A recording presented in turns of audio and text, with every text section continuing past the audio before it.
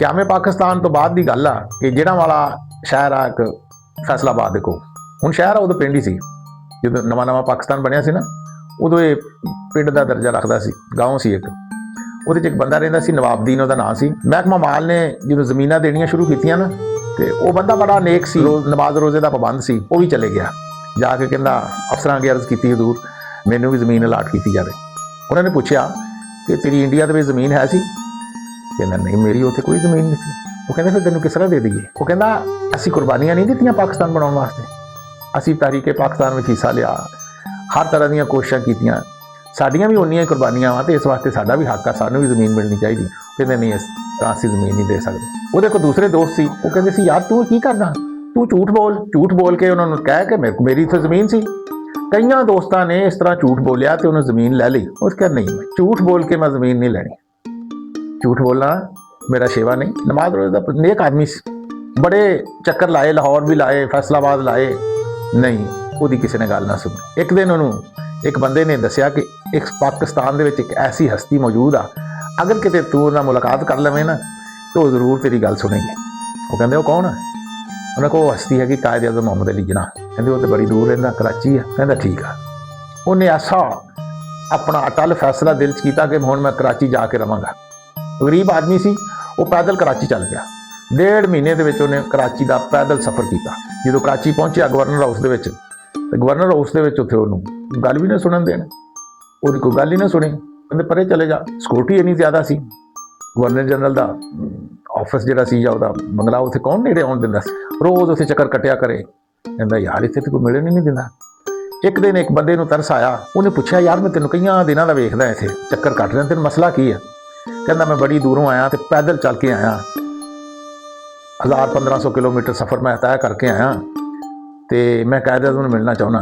ਕਹਿੰਦਾ ਇਹਨਾਂ ਨੇ ਤੈਨੂੰ ਕਦੀ ਵੀ ਨਹੀਂ ਮਿਲਣ ਦੇਣਾ। ਕਹਿੰਦਾ ਅਗਰ ਤੇਰੀ ਗੱਲ ਕਾਇਦ ਆਜ਼ਮ ਤੱਕ ਪਹੁੰਚ ਜਾਵੇ ਨਾ ਪੈਗਾਮ, ਤੇ ਉਹ ਜ਼ਰੂਰ ਤੈਨੂੰ ਟਾਈਮ ਦੇਵੇ। ਤੂੰ ਇਸ ਤਰ੍ਹਾਂ ਕਰ, ਤੂੰ ਕਾਇਦ ਆਜ਼ਮ ਨੂੰ ਤਾਰ ਦੇ। ਉਹ ਕਹਿੰਦਾ ਯਾਰ ਮੈਨੂੰ ਤਾਂ ਤਰੀਕਾ ਨਹੀਂ, ਤੂੰ ਮੇਰਾ ਹੈਲਪ ਕਰ ਥੋੜ੍ਹੀ ਜਿਹੀ। ਉਹਨੇ ਹੈਲਪ ਕਰਕੇ ਉਹਦੀ ਤਾਰ ਜਿਹੜੀ ਸੀ ਨਾ, ਤਾਰ ਦੇ ਜ਼ਰੀਏ ਕਾਇਦ ਆਜ਼ਮ ਤੱਕ ਪੈਗਾਮ ਪਹੁੰਚਾਤਾ। ਜਦੋਂ ਕਾਇਦ ਆਜ਼ਮ ਤੱਕ ਪੈਗਾਮ ਪਹੁੰਚਿਆ, ਕਾਇਦ ਆਜ਼ਮ ਨੂੰ ਟਾਈਮ ਦੇ ਦਿੱਤਾ। ਜਦੋਂ ਅੰਦਰੋਂ ਆਵਾਜ਼ ਆਈ ਹਾਂਜੀ ਫਲਾਂ ਨਵਾਬਦੀਨ ਅੰਦਰ ਚਲਾ ਗਿਆ। ਜਾ ਕੇ ਕਾਇਦ ਆਜ਼ਮ ਨਾਲ ਮੁਲਾਕਾਤ ਹੋਈ, ਮਿਲਿਆ। ਆਦਮ ਨੇ ਪੁੱਛਿਆ ਹਾਂਜੀ ਕਿੱਥੋਂ ਆਇਆ, ਕੌਣ ਆ? ਦੱਸਿਆ ਜੀ ਮੈਂ ਜਿਹੜਾ ਹਾਲੇ ਤੋਂ ਸ਼ਰੀਫ ਲਿਆ ਤੇ ਪੈਦਲ ਚੱਲ ਕੇ ਆਇਆ, ਮੇਰੇ ਕੋਲ ਆਉਣ ਦਾ ਕਿਰਾਇਆ ਨਹੀਂ ਸੀ। ਕਹਿੰਦੇ ਕੀ ਮਕਸਦ ਸੀ? ਕਹਿੰਦੇ ਕਿ ਯਾਰ ਮੈਨੂੰ ਜ਼ਮੀਨ ਅਲਾਟ ਨਹੀਂ ਕਰ ਰਿਹਾ, ਮੈਂ ਚਾਹੁੰਦਾ ਕਿ ਮੈਨੂੰ ਵੀ ਜ਼ਮੀਨ ਅਲਾਟ ਕੀਤੀ ਜਾਵੇ। ਕਾਇਦ ਆਜ਼ਮ ਨੇ ਉਹੀ ਸਵਾਲ ਕੀਤਾ ਕਿ ਤੇਰੀ ਇੰਡੀਆ ਵਿੱਚ ਜ਼ਮੀਨ ਹੈ ਸੀ? ਉਹ ਰੋ ਪਿਆ। ਕਹਿੰਦਾ ਜੇ ਝੂਠ ਬੋਲ ਕੇ ਮੈਂ ਜ਼ਮੀਨ ਲੈਣੀ ਹੁੰਦੀ ਤਾਂ ਮੈਨੂੰ ਇੱਥੇ ਆਉਣ ਦੀ ਜ਼ਰੂਰਤ ਨਹੀਂ ਸੀ, ਮੈਂ ਉੱਥੇ ਹੀ ਕਹਿ ਦਿੰਦਾ ਨਾ ਮੇਰੀ ਜ਼ਮੀਨ ਹੈਗੀ ਸੀ।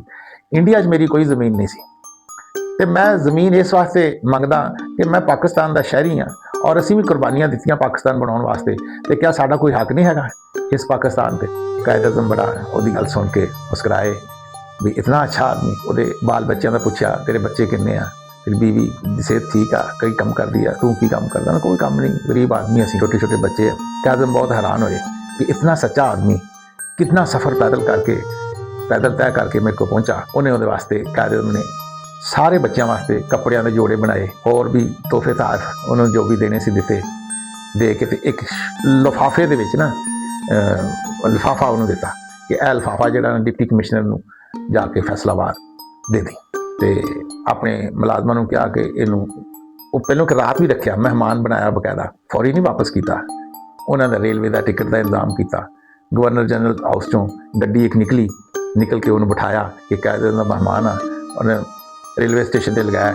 ਰੇਲਵੇ ਸਟੇਸ਼ਨ 'ਤੇ ਜਾ ਕੇ ਗਾਰਡ ਨੂੰ ਹਦਾਇਤ ਕੀਤੀ ਕਿ ਕਾਇਦ ਆਜ਼ਮ ਦਾ ਮਹਿਮਾਨ ਆ, ਇਹਨੂੰ ਰਸਤੇ 'ਚ ਕੋਈ ਤਕਲੀਫ ਨਹੀਂ ਹੋਣੀ ਚਾਹੀਦੀ। ਬੜੇ ਪ੍ਰੋਟੋਕੋਲ ਦੇ ਨਾਲ ਜੜ੍ਹਾਂਵਾਲਾ ਵਾਪਸ ਪਹੁੰਚਿਆ, ਖੁਸ਼ ਆਪਣੇ ਘਰ ਗਿਆ। ਘਰ ਜਾ ਕੇ ਉਹਨੇ ਤੋਹਫੇ ਖੋਲ੍ਹੇ, ਕੱਪੜੇ ਦਿੱਤੇ, ਆਪਣੀ ਬੀਵੀ ਵੀ ਖੁਸ਼ ਹੋਈ, ਬੱਚੇ ਵੀ ਖੁਸ਼ ਹੋਏ। ਉਹ ਲਿਫਾਫਾ ਲੈ ਕੇ ਡਿਪਟੀ ਕਮਿਸ਼ਨਰ ਸਾਹਿਬ ਦੇ ਕੋਲ ਚਲਾ ਗਿਆ। ਡਿਪਟੀ ਕਮਿਸ਼ਨਰ ਦੇਖਿਆ, ਉਹਦੇ ਵਿੱਚ ਲਿਖਿਆ ਸੀ ਕਿ ਇਹਨੂੰ 1 ਮਰਬਾ ਜ਼ਮੀਨ ਅਲਾਟ ਕਰ ਦਿਓ।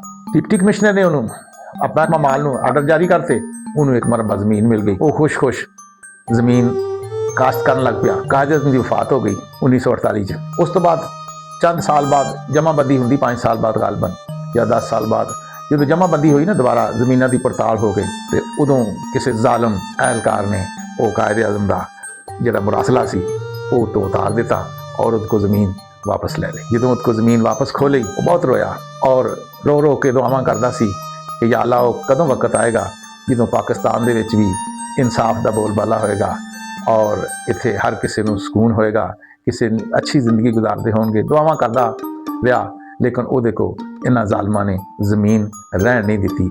ਕਾਇਦੇ ਆਜ਼ਮ ਨੇ ਉਹਨੂੰ ਇੱਕ ਮੁਰੱਬਾ ਜ਼ਮੀਨ ਅਲਾਟ ਕਰਵਾਈ ਸੀ, ਉਹਦਾ ਮਰਾਸਲਾ ਹੀ फाड़ ਦਿੱਤਾ उन्होंने। वीडियो अच्छी लगे कमेंट करना और चैनल सब्सक्राइब करना ना भूलना।